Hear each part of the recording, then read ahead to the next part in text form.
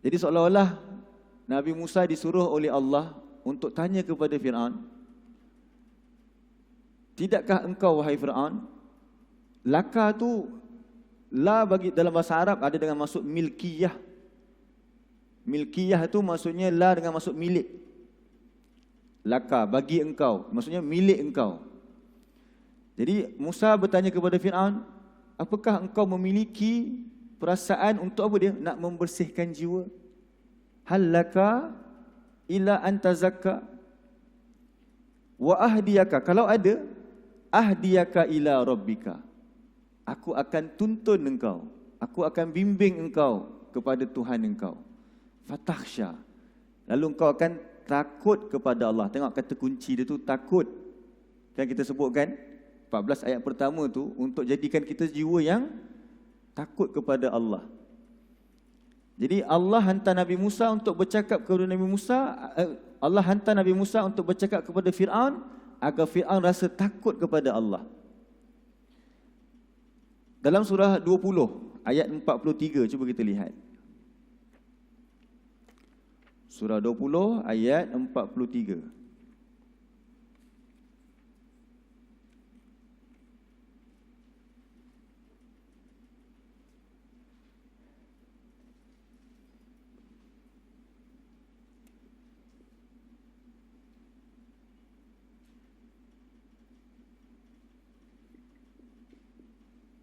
Muka surat 314.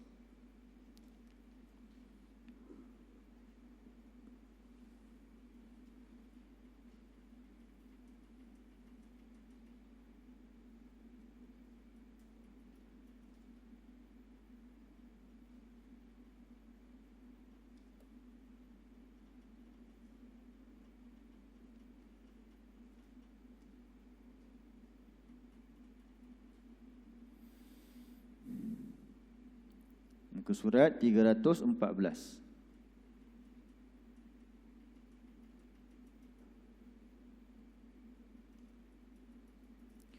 A'udzu billahi minasy syaithanir rajim. Idhhaba ila fir'auna innahu tagha.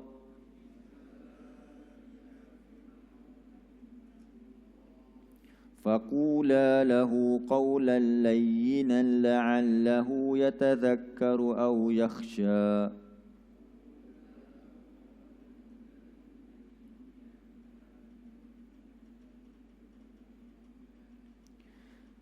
Jadi izhaba tu dia ada alif kat situ.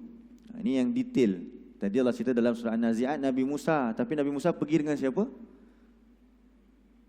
Nabi Musa, Allah perintahkan Nabi Musa pergi dengan saudaranya Nabi Harun untuk bertemu dengan Musa, untuk bertemu dengan Fir'aun. Jadi Allah kata kepada Musa dan Harun, pergilah kamu berdua kepada Fir'aun, sesungguhnya ia melampaui batas. Samalah macam ayat tadi. Tapi dalam ayat ini Allah sebutkan, fakula, maka hendaklah kamu berdua berkata kepadanya qaulan layyinan.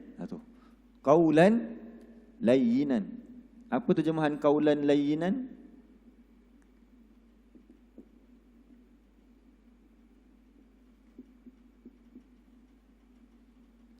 Apa terjemahan qaulan? Perkataan layyinan. Lemah lembut.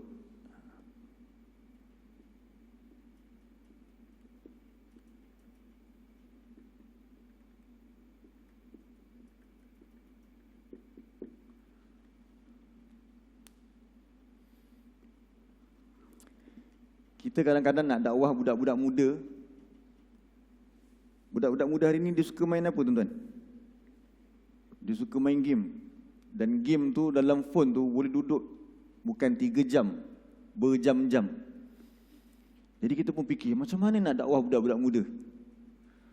Oh, kita kena dakwah dia lemah lembut, kita kata. Sebab apa? Dalam Quran kata kena dakwah lemah lembut.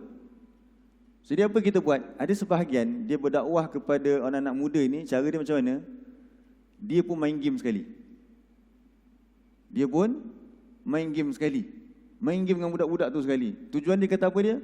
Untuk Itu kaedah lemah lembut untuk budak-budak muda. Cuba tengok Nabi Musa kena jumpa Fir'aun. Fir'aun ni apa yang dia suka? Kan, dia tu ganas, zalim. Tetapi yang Allah kata maksud qaulan layyinan itu ialah ajak dia untuk kembali kepada Tuhan. Itu je. Bukan meraihkan apa yang dia buat tu. Jadi, apa maksud qaulan layyinan? Ramai orang guna ayat ni untuk tujuan berdakwah. Dia kata dakwah kena lemah lembut tu, qaulan layyinan. Tapi ayat qaulan layyinan ini ditafsirkan pada surah An-Nazi'at tadi itulah. Surah 79 tadi. Apakah perkataan qaulan layyinan Nabi Musa tadi? Itulah dia. Nabi Musa kata kepada Fir'aun, hal laka ila anta zakka? Kau nak tak membersihkan diri engkau? Kalau nak, ahdiyaka, aku akan tunjukkan engkau, aku akan tuntun engkau kepada Tuhan engkau. Lalu engkau akan rasa takut. Nabi Musa tuntunkan Fir'aun. Maksudnya Nabi Musa yang kena bimbing Fir'aun. Bukannya kita duduk dekat dalam tempat tu, kita join sekali, akhirnya kita kata nak bimbing. Payah macam tu. Sebab tu permulaan ayat ni kan ayat 43, tengok ayat 42. Apa Allah kata dekat Nabi Musa? Kamu kena bawa apa jumpa Fir'aun?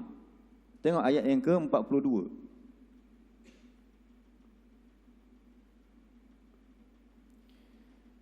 Jadi kita baca sama-sama ayat 42. Idhhab anta wa akhuka bi ayati wa la taniya fi dhikri.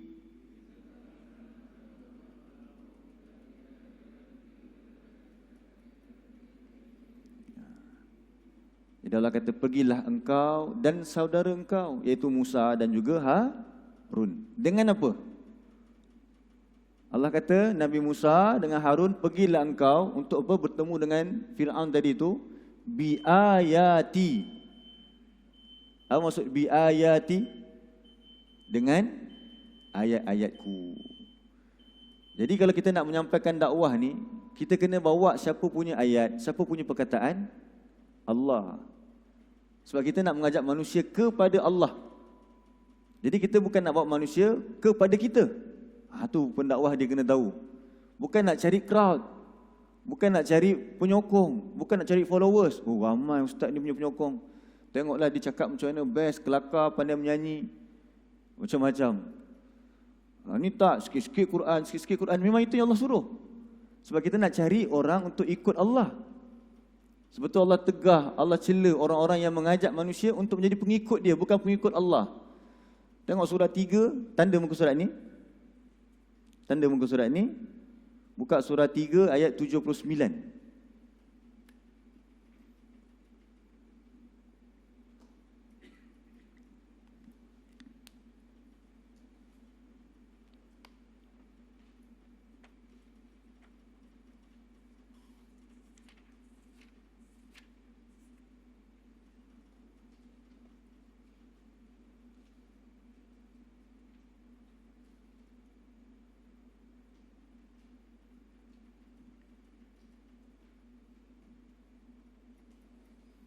Muka surat 60. Surah 3 ayat 79.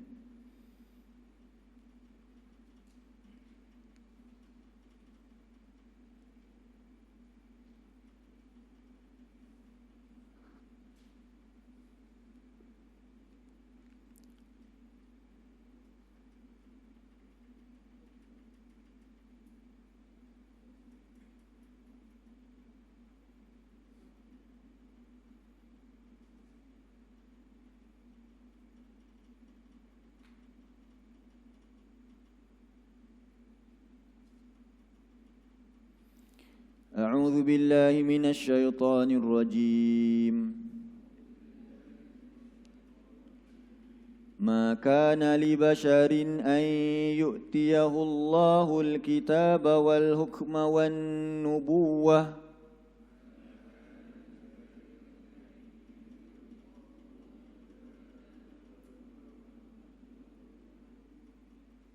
ثم يقول للناس كونوا عبادا لي من دون الله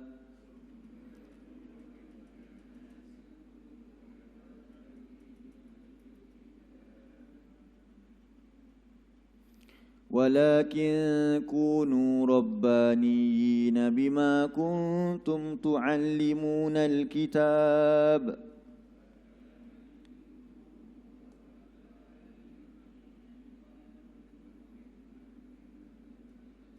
وبما كنتم تدرسون. Jadi tak patut benarlah bagi seorang manusia, kata Allah, yang mana Allah berikan kepadanya kitab, hikmah iaitu pemahaman, iaitu ilmu, dan nubuwah, kenabian. Kemudian dia berkata kepada manusia lain, kunu ibadalli, jadilah kamu pengikut-pengikutku, jadilah kamu orang-orang yang menyanjungiku selain daripada Allah. Jadi Allah kata kat sini, kalau kita ada ilmu, kita nak mengajak manusia, bukan nak mengajak kepada diri kita ni. Nak mengajak kepada siapa? Kalau nak mengajak diri kita, kita kena raikan orang lain. Kalau nak mengajak kepada Allah, kita kena ikut kehendak siapa? Kehendak Allah. Jadi kehendak Allah tu pada Quran. Jadi tengok Allah kata pada kunu rabbaniyin, akan tetapi jadilah kamu golongan rabbani. Rabb, golongan yang mengenal Tuhan dia. Macam mana kaedah dia? Bima kuntum tuallimunal kitab. Disebabkan kamu mengajarkan Alkitab. Wa bima kuntum tadrusun, dan disebabkan kamu sentiasa mempelajari dia. Jadi dakwah yang Allah suruh untuk jadi golongan hamba-Nya macam mana? Mengajar Alkitab dan belajar. Itu yang Allah perintahkan. Itulah ayat-ayat Allah. Kalau Nabi Musa dulu, Allah kata Nabi Musa apa dia? Pergilah engkau kepada Fir'aun dengan apa? Ayat-ayatku. Jumpa Fir'aun, bawa ayat-ayat Allah. Jumpa anak-anak muda, bawa ayat-ayat Allah. Jumpa bukan anak muda sekalipun, kena bawa Al-Quran. Bukan untuk apa dia? Jadikan orang itu menjadi pengikut kepada kita. Jadi kita tak boleh cakap sembarangan. Sebab tu bila Allah suruh kepada Nabi Musa jumpa Fir'aun, yang kita jumpa perkataan kul. Kamu masuk kul? Allah kata kepada Nabi Musa, kul. Allah kata, kamu masuk kul? Selepas Allah perintah Musa pergi, izhab ila Fir'aun, kul. Kul tu fi'il. Fi'il apa ni? Kata kerja apa ni? Amar.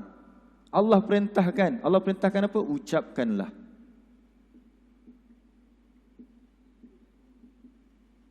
Jadi dalam kita nak berdakwah ni, kita kena ucapkan apa yang Allah perintahkan.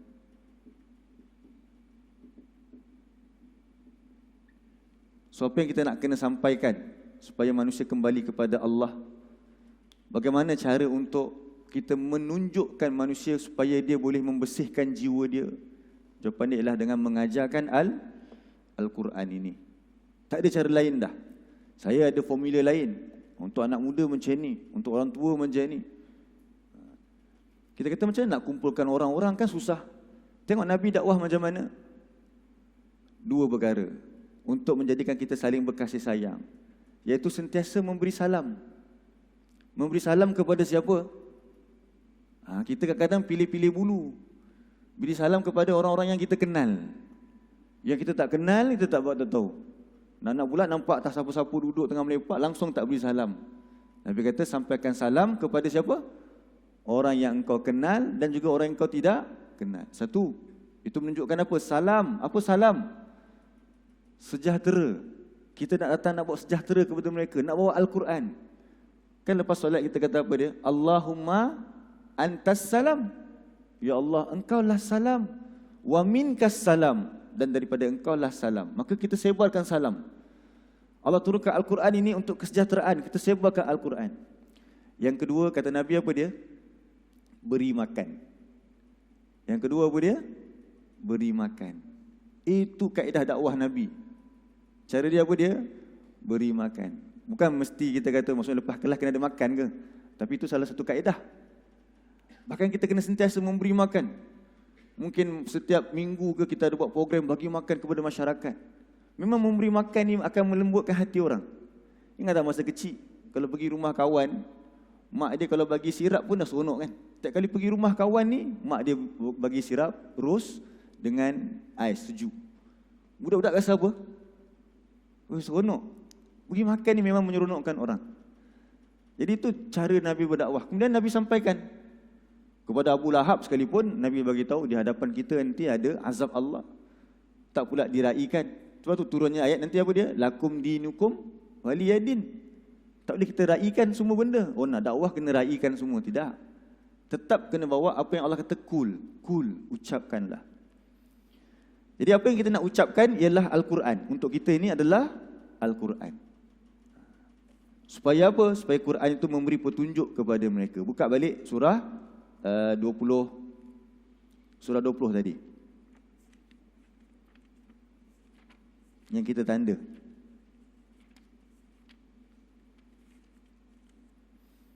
Jadi dakwah yang sebenar tu apa dia? Mengajak kepada siapa?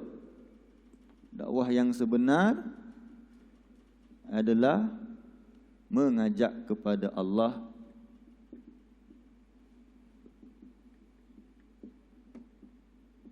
Iaitu bukan kepada diri kita. Satu.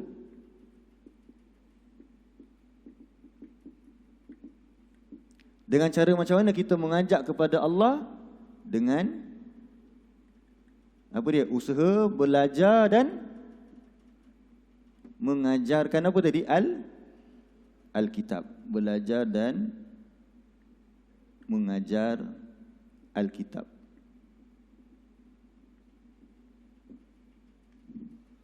Ini yang usaha yang kita kena buat. Membawa zikri, peringatanku. Membawa ayati, ayat-ayat Allah.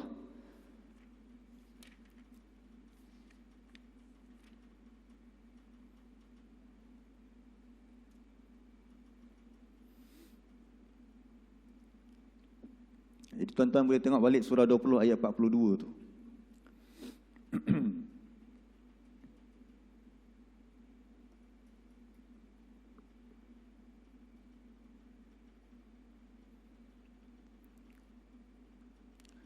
Allah kata kepada Musa apa dia tadi? Izhab anta wa akhuka. Pergilah wahai Musa, engkau dan saudara engkau. Bawa apa sekali? Ayat-ayatku.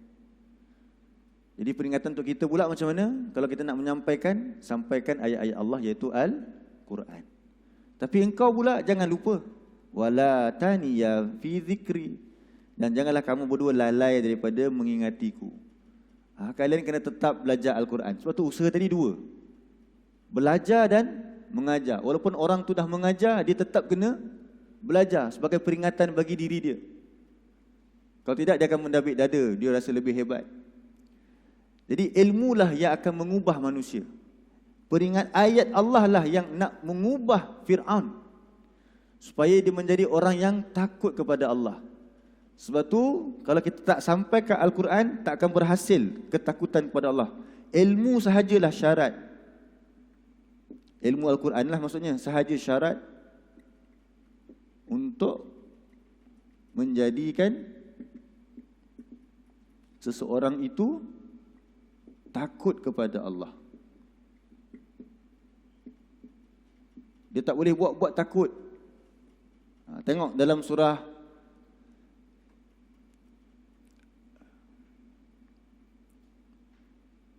surah 35.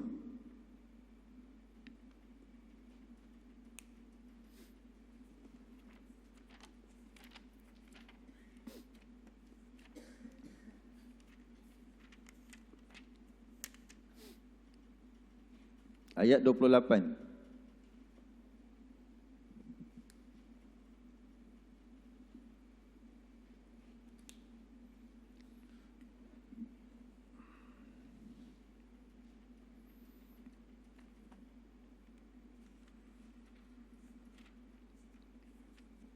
Ke surat 438.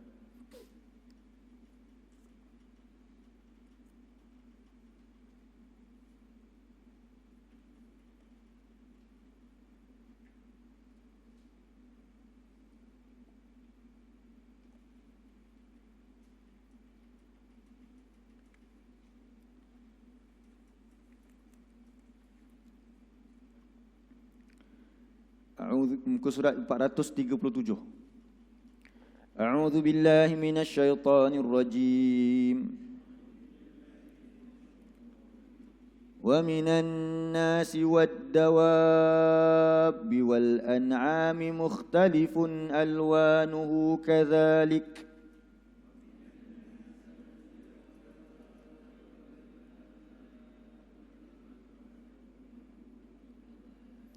إنما يخشى الله من عباده العلماء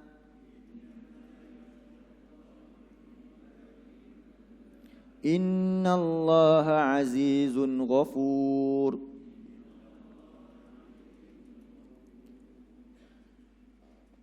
Ambil dekat innama tu. Jadi maksud innama apa dia? Masih ingat lagi? Innama. Kan kita kata innama bukan terjemahnya sesungguhnya sahaja, tapi kena tambah tidak lain. Sesungguhnya tidak lain. Dia dalam bahasa Arab dipanggil sebagai adatul hasar, partikel-partikel pembatasan. Kalau bahasa Inggeris dia kata only lah. Bukan indeed bukan indeed saja tapi only. Nak bagi tahu mesti yang ini. Kalau sesungguhnya sahaja itu penegasan. Saya pernah bagi contoh dulu macam mana? Kalau seorang tu kata kat isteri dia, sesungguhnya abang sayang awak. Jadi itu sekadar nak bagi penegasan bahawa apa dia? Abang sayang awak. Tapi kalau kita kata sesungguhnya tidak lain, abang sayang awak. Ataupun sesungguhnya awak sahaja abang sayang. Maksudnya apa? Dia ada apa? Batas kat situ, tak ada lain dah. Jadi yang sesungguhnya awak sahaja tu, itu innama. Jadi di sini Allah nak kata apa dia? Sesungguhnya orang yang takut Allah ini tak boleh tak. Mereka mesti di kalangan al-ulama. Jadi yang takutkan Allah, yakhsha tu, tengok yakhsha. Yakhsha. Tadi dalam surah An-Nazi'at kita jumpa apa? Takhsha kan? Antakhsha. Aku akan beri petunjuk kepada engkau, kepada Tuhan engkau, lalu fatakhsha, lalu engkau akan takut. Nak jadi takut ni, syarat dia apa dia? Mesti jadi ulama. Ulama ni apa dia? Ulama ni ialah jamak kepada alim. Jamak kepada alimun, iaitu orang yang mengetahui, orang yang berilmu.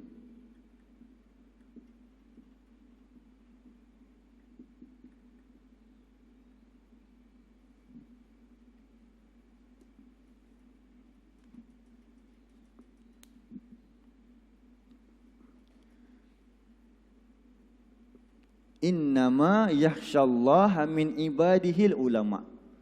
Sesungguhnya tidak lain. Terjemah kena begitu. Orang yang takutkan Allah adalah al-ulama. Ulama tu maksudnya apa dia? Orang yang berilmu, orang-orang yang ada ilmu. Jadi dah faham kan maksud innama apa tadi? Sesungguhnya tidak lain. Jadi sekali lagi kita tanyakan, bagaimana nak jadikan diri kita ini takut kepada Allah? Jawapannya apa? Jadi orang yang berilmu. Macam mana nak jadi orang berilmu? Itu tadi kita kata proses dakwah mesti proses belajar. Tapi kalau kita tak nak belajar apa? Allah kata belajar Alkitab. Itulah dia ayat-ayat Allah.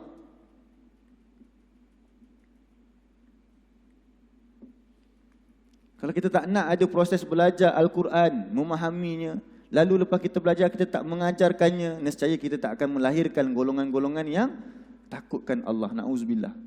Apa jadi bila berlakunya rumah kita tidak ada takut pada Allah, negeri kita, rakyatnya, pemimpinnya tidak takut kepada Allah, itu akan berlaku kerosakan. Sebab Fir'aun, mereka tidak takut kepada Allah. Jadi Allah hantar Nabi Musa untuk apa dia? Bawa apa tadi? Ayat-ayatku untuk beri petunjuk kepada Fir'aun supaya Fir'aun takut kepada Allah. Jadi surah An-Nazi'at ini mengingatkan lagi kepada kita apa dia? Lepas kita dah takut pula kepada Allah, sebab kita dah belajar 14 ayat pertama tentang hari kiamat. Sekarang kalau kamu takut kepada Allah, kena sampaikan melak kepada orang lain, supaya semua orang pun takut kepada Allah. Dan yang kita nak sampaikan apa dia? Itu yang selalu kita sebut. Jangan kita sampaikan benda-benda yang kita tak tahu sumbernya. Itu yang dulu orang nak pergi Mekah pun tak pergi-pergi sebab apa? Jom pergi umrah, duit tu dah dapat tu, duit sawit banyak. Duit sawit pula kan, Haji ni kata. Kebetulan ni. Duit jual apa, tanah ke apa kan. Weh, kau mana mahu aku nak pergi, kau kenal lah aku macam mana. Saat pergi depan Kaabah, tak nampak Kaabah baru tahu. Dia kata kan. Saat pergi sesat, pusing cari pintu Kaabah, tak jumpa baru tahu. Sebab apa dia jadi begitu? Kenapa dia takut macam tu? Ingat tak sebab apa dulu suka baca apa? Dia suka baca Mastika. Itu sumber ilmu dia.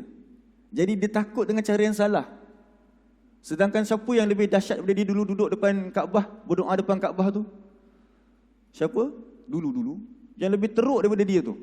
Sembah berhala siap depan Kaabah. Siapa dia? Abu Jahal. Duduk depan Kaabah tu. Nak perang Badar. Dia pergi berdoa di Kaabah tu. Doa supaya Allah hancurkan Nabi Muhammad. Kita yang duduk orang Islam dia kecil, takut nak pergi Kaabah. Sebab apa jadi takut? Takut dia salah. Kalau takut dia betul, nescaya dia akan bertemu dengan Allah. Dia mesti nak cari Tuhan dia balik. Nampak tak? Jadi dakwah itu mesti menerusi apa dia? Ayat-ayat Allah. Jadi buka balik surah 79.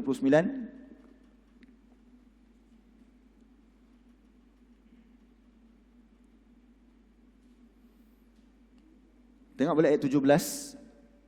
Tengok balik ayat 17. Cuba ingat balik, kita kaitkan dengan surah 20 tadi. Allah kata kepada Nabi Musa, "Izhab ila Fir'aun." Pergilah engkau kepada Fir'aun. Dalam surah 20 tadi, Allah suruh bawa apa? Ayat-ayatku. Ingat kat situ. Dia ada kaitan. Kalau tidak, nanti kita ingat pergi dakwah begitu saja.